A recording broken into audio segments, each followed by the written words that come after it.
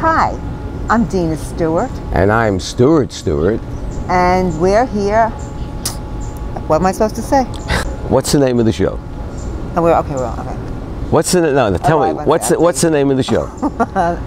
Now let me hear you say it. Live on South Beach. Okay, let's do it again. Hi, I'm Dina Stewart. And I'm Stuart Stewart. And we're alive on South Beach. A show with a little bit of this and a little bit of that. So let me ask you something. Did you ever want to lead a band or lead an orchestra? Oh yeah, it looks like so much fun, and it looks so easy that I thought, you know, all you got to do is get up there and wave your hand. Mm-hmm. Well, our next guest will tell you that it's a lot more than just waving your hand.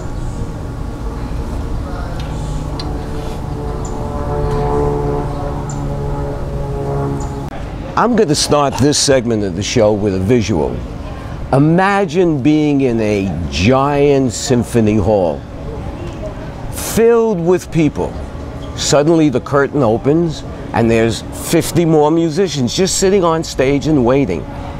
And suddenly this gentleman, his name is James Judd, walks out to the podium, acknowledges the audience, turns his back to the audience, raises his hand, and when that baton comes down, the room starts filling with music, and the people sit back and they just let the music take over. And in the end, they must have had a good time because they're all standing up and cheering. That is such an awesome power. What does it feel like? Well, it feels fantastic, especially working with young musicians. If you teach a child music, you will see within a few months their grades go up in other areas. So apart from the emotional enjoyment, the intellectual enjoyment of music, music is a great way simply to teach history, maths, language, everything, almost everything. You're an orchestra conductor. Could you just explain what you do? Conductor is one musician amongst many musicians. And we're a catalyst. Well, it's a way like riding a horse, driving a car. We're just adjusting things. But really, we're inviting musicians to make chamber music together. We're, of course, in rehearsals, we're shaping things. We're listening to the musicians. We're listening to their musical thoughts through our ears, not through so much words. In concert, we're adjusting. We're going with the direction of the performance. We are eventually, it's a strange thing, there is a telepathy between musicians and conductor, which we can't describe easily. If a conductor suddenly gets a little nervous or starts to feel, oh, I'm worried about the next moment where there's a dangerous moment for ensemble, and you freeze up, something will go wrong. Wow. I mean, so there is that thing going on. But basically, the old days where a conductor was more dictatorial, it was the maestro. Those days have passed. Now, in any case, it's always been the greatest orchestras, the greatest maestri, today or in the past. It's always been about letting the musicians express themselves whilst bringing everything under a architectural kind of umbrella into a building. But then there has to be freedom and expression. When did you decide, I'm going to be a conductor?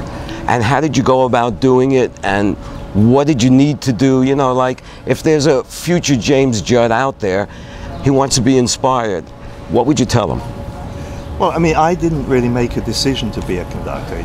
I drifted into it, although I realized it was what I wanted to do from an early age. I studied piano when I was 4 in a small town in England with a church organist, and my dream was to play the church organ. And I loved, you know, all my family, we lived in a small town, all my family and aunts, uncles, grandparents were all singing in the church choir, little church. It was a beautiful little organ.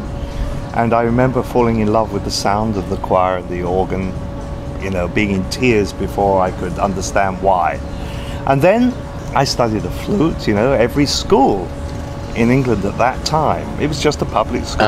Everybody could get a free instrument lent to them, could get a free lesson every week. And then in the town and at the school were orchestras. You know, even a little town has in England an amateur orchestra, amateur choral society, amateur operatic society, and at school we had an orchestra. So before long, I was playing flute at the age of about 11 in the school orchestra, in the amateur orchestra.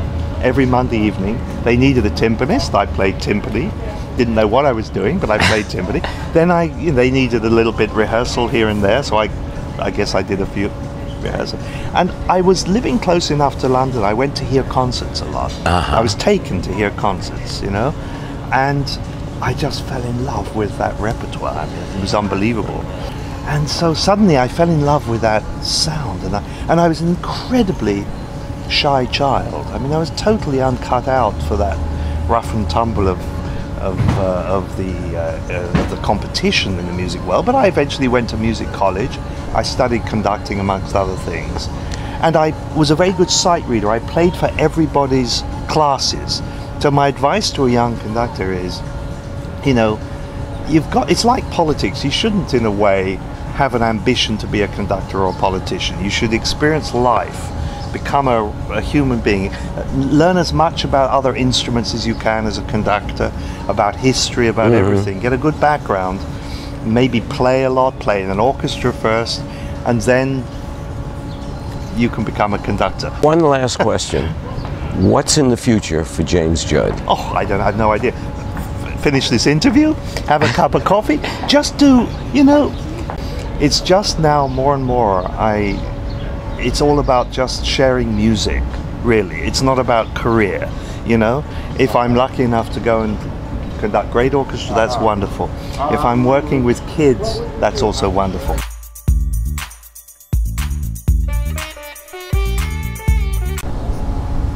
You know, while most people look forward to the weekend, they look forward to Sunday to do whatever it is that they do on Sundays, I look forward to every other Sunday. Why? Because every other Sunday on Lincoln Road, we have the Antiques Collectible Market. And I always thought it was a flea market. Well, there you go.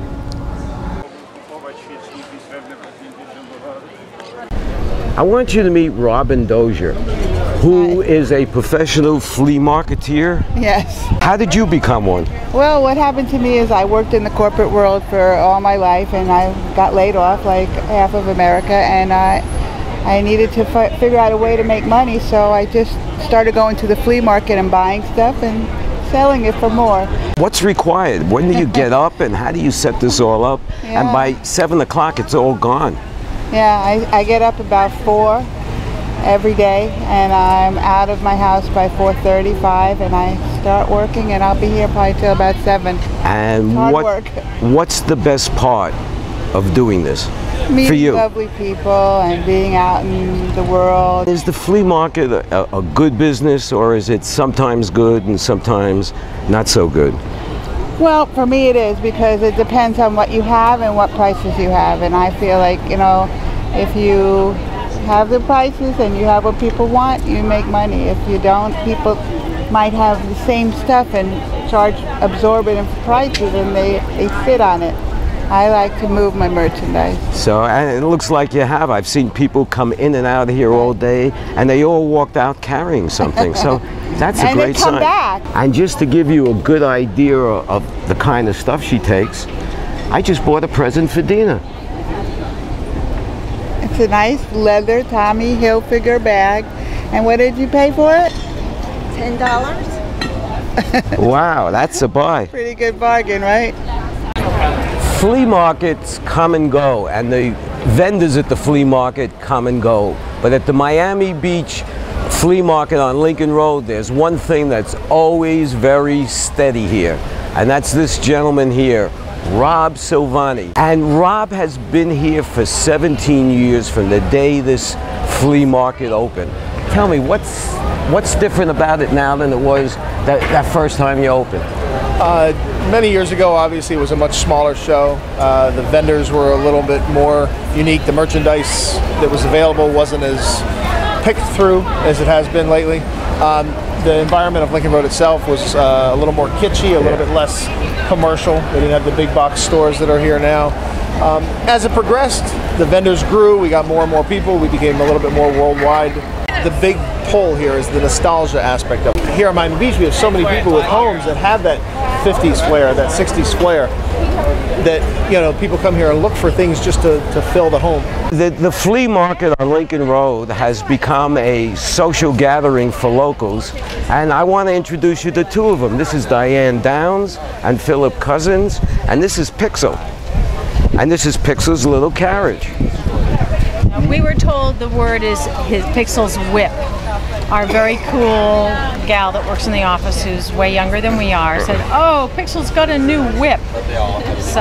Well, that's good. He looks like he's loving it there. Yeah, he's comfortable. This is his little condo. Anyway, what drew you to the flea market, or is this just you're going for a South Beach walk and this? We're shoppers. We've bought furniture, all kinds of furniture and jewelry, and there's always new stuff. And Pixel likes it. And what are you guys up to? I know you've been busy. I haven't seen you around. We've been busy. Right now we're recovering from sleepless night. So last night, when we have performance, we have music, we have a park, which used to be a parking lot. We saw the screen in action last night. Diane's got a new song. Very impressive.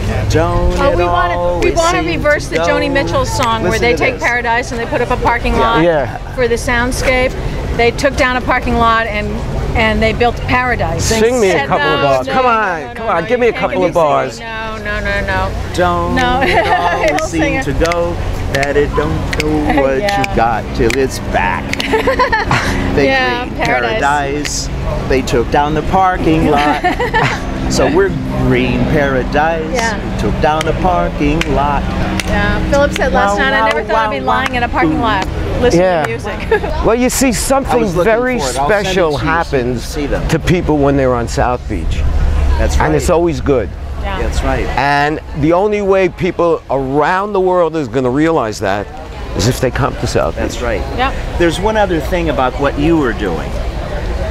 It takes an artist to see the world from the point of view of the artist. And without the artist, the rest of us can't really see what's going on. So what the artist does is playing it back to us, like the two of you do. You're not only journalists, you're artists, and you're letting us see our own home planet here on the beach in a new way. And that is really cool. Well, I hope you're laughing along with me, because I see the funny side of South Beach, and it's like living on another planet. It is Planet South Beach. Keep the planet alive. And there you got it right from the mouths of some more locals. That's right. So thank you guys very much, and we'll see you around the campus. Yep. Okay. See you later. Now, ladies and gentlemen, we're going to go behind the curtain and take a look at the people that make this flea market work. What about it, Lou? What can you tell us about the flea market? Well, we've done this for 19 years. Catch that, 19 years we've been doing this. Started this market because we thought this is the most perfect place to have one. Beautiful weather, great stuff. You see it in the bright light. It's like perfect. So this is a good place to have a flea market. Oh yeah, Tony, what do you think?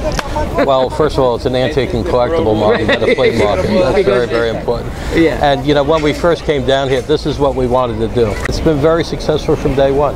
You know, it's really interesting because we get the locals in the morning, the real die-hard collectors. They come in the morning.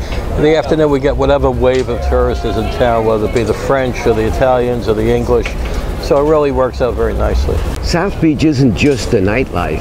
No. Come here and make sure you include a Sunday when they have the flea market, because I stand corrected, when you have the antique market, because what you could find down here you won't find anywhere else. See the moon pulsating. Look at that. Wow. Look at that. Moon over Miami. Do do do do do do. We always end our show a little differently, and we'd like to say so long for now. I'm Dina Stewart. And I'm Stuart Stewart. And we're alive on South Beach at the Cafe Books and Books on Lincoln Road. And syndicatednews.net. Bye-bye.